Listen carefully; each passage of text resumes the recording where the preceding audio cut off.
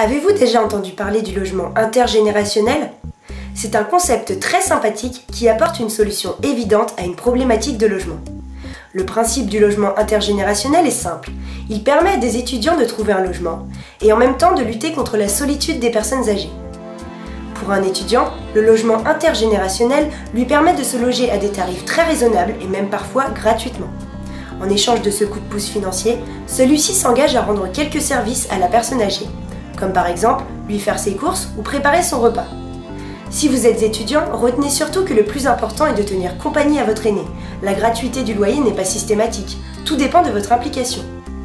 Malgré l'attractivité indéniable de l'argument économique, gardez à l'esprit que la plupart des associations refuseront votre candidature si votre seule motivation est de vous loger gratuitement. Du côté des personnes âgées, les problématiques sont différentes. Très souvent, leurs logements sont devenus trop grands et inadaptés. Pour leur permettre de rester à leur domicile le plus longtemps possible et de lutter contre la solitude, le logement intergénérationnel apparaît comme une très bonne solution.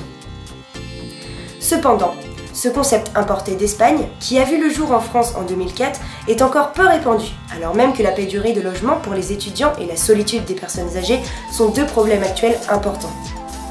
Si cette solution qui allie économie et solidarité vous intéresse, sachez que vous êtes obligé de passer par une association ayant signé une charte baptisée Un toit, deux générations. Ce sont ces associations qui garantissent du bon suivi de la charte et qui exercent un véritable travail de médiation et de sélection pour les deux parties. Ces associations ont pour mission de rencontrer l'étudiant, d'évaluer ses motivations et sa maturité. Elles vont aussi rencontrer la personne âgée, examiner le logement et s'assurer de la mise en relation de profils compatibles.